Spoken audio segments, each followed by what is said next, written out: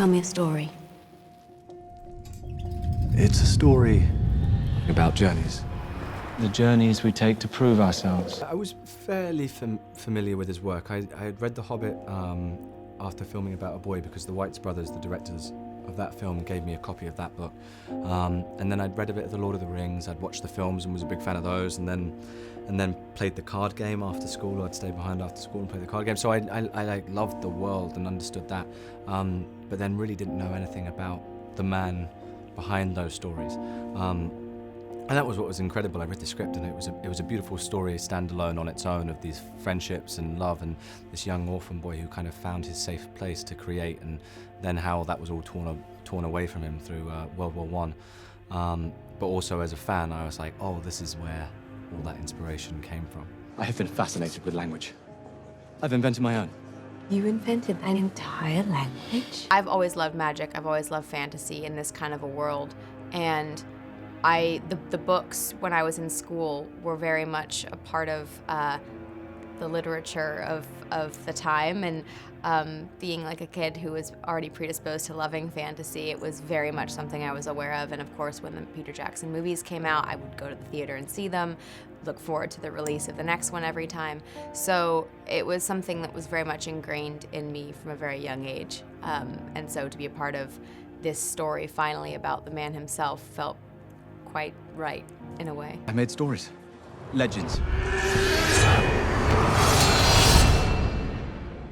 Tell me a story. In any language you want. I'm always someone who enjoys knowing the story behind the story, so the fact that Tolkien himself was quite rambunctious and cheeky and playful, as was Edith, and so much of his experiences in war and his friendship, his school days, his love with Edith, all of that is so much a part of the characters he created and the world he created, and I think that the unexpected nature of all those relationships is what's really exciting and appealing. Tolkien! It's about journeys. The journeys we take to prove ourselves. You're kind of seeing all these unexpected influences, I think makes watching those other movies now, going back to like the Peter Jackson of it all and reading the books again, even more interesting, because you know the nature of where they came from. And I think it's important to see him not as just an old man writing at a desk. I think having a playful quality makes him a more full-rounded human being, and I think it's unexpected. I mean, he was a kid once. He was obviously someone that created these kinds of stories, had to love adventure and storytelling himself, so I think it's only natural to see him like that. The way you follow the rhythms of language, I have to tell you, Mr. Tolkien, I've never come across anything like it.